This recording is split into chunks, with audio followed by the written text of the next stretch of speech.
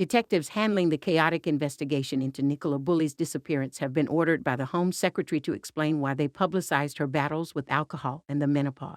Suella Braverman has pressured Lancashire Constabulary for answers after having grown concerned by the force's decision to release highly personal information about the 45-year-old mother of two. The force sparked a backlash after divulging Ms Bulley's personal information, prompting women's campaigners to accuse officers of trying to hide their incompetence in the now 3-week-long probe.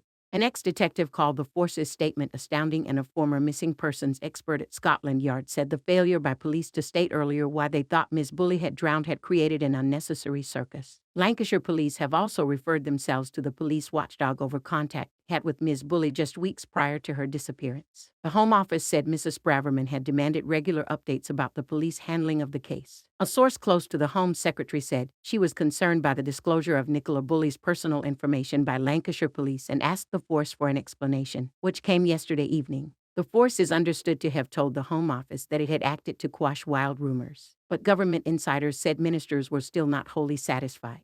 The mounting storm of criticism came after a testy press conference on Wednesday when the senior officer investigating Ms Bulley's disappearance was repeatedly quizzed about why unspecified vulnerabilities had seen her classified as a high-risk missing person. Detective Superintendent Rebecca Smith said colleagues had been made aware of the issues but refused to spell out why they were relevant to the case. Hours later, the force issued a sensational statement revealing the personal crisis Ms Bulley had been going through. It added that these struggles had resurfaced and had caused real challenges for the family. Officers and health professionals were called to a concern for welfare at the family home 17 days before her disappearance. The announcement sparked criticism, with friends on Thursday branding the force out of order and pleading on social media for people to be kind. Lancashire police then later released a further statement from her family calling for an end to the cruel and appalling speculation over her personal life.